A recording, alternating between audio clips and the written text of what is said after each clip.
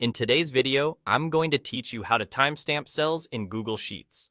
If you've ever needed a quick, reliable way to mark when something happened in your spreadsheet, like logging a task, noting when data was checked, or recording when an item was received, there's a fast method built right in. We're going to use two simple keyboard shortcuts that drop static timestamps directly into your cells. Static means they won't change later, even when the sheet recalculates or you open it on a different day, which is exactly what you want for accurate records. First, let's add today's date. Click into the cell where you want the date to appear, then press Ctrl and semicolon together. Instantly, you'll see today's date inserted. This is not a formula, it's a fixed value. That means tomorrow, this date will still show today's date. It won't roll forward. This is perfect for approvals, sign-offs, or any kind of daily log where the date needs to be locked in the moment you enter it.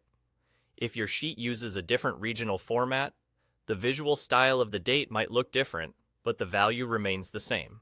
If you insert it in the wrong place, just undo or delete like you would any normal entry. Now, if you need the exact time, including down to the current second, click the cell you want and press Ctrl, Shift, and colon together. You'll get a permanent timestamp of the precise time you added it. This is ideal for time-sensitive tracking. Think support logs, lab notes, or documenting when you started or finished a step. Just like the date shortcut, this creates a fixed value, not a function, so it won't update later. That reliability is the key difference between these shortcuts and formulas like now or today, which recalculate and can change every time the sheet refreshes. These two shortcuts are designed to be fast, easy, and permanent. Use the date when the day itself is what matters, and use the time when down to the second accuracy is important.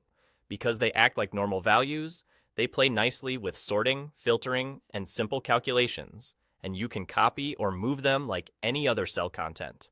That's all you need to timestamp cells the right way in Google Sheets. If this helped you work faster and keep cleaner records, hit that follow button for more Google Sheets tips, and I'll see you in the next one.